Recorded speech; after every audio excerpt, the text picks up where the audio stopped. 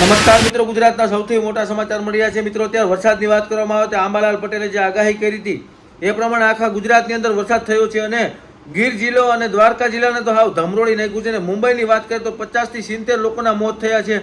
અને આમ કહીએ તો બધી બાજુ અત્યારે ભારે વરસાદ પડી રહ્યો છે. ત્યારે ગીરની વાત કરવામાં તો હિરણ નદી તેમજ તાલાલા ગીર, આકોલવાડી ગીર, જુનાગઢ જિલ્લો, મેંદરડા જિલ્લો, વિસાવદર તાલુકો, તમામ ગામડાઓ, જિલ્લા, તાલુકાને અંદર ધમરોળી નાખ્યું છે. અને ગીરના કહેવાય ને આમ નદીઓ હાલતી કરી દીધી છે. એટલો ભયંકર વરસાદ પડ્યો છે.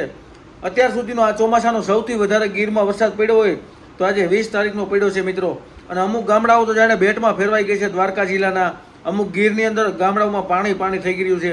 તમે વિડીયો ફોટા પણ જોઈ શકો છો. અને દોસ્તો, તમારા ગામની અંદર વરસાદ છે કે નહીં કોમેન્ટ કરજો. અને કયા ગામથી અમારો વિડીયો જોવો એ પણ લખી નાખજો.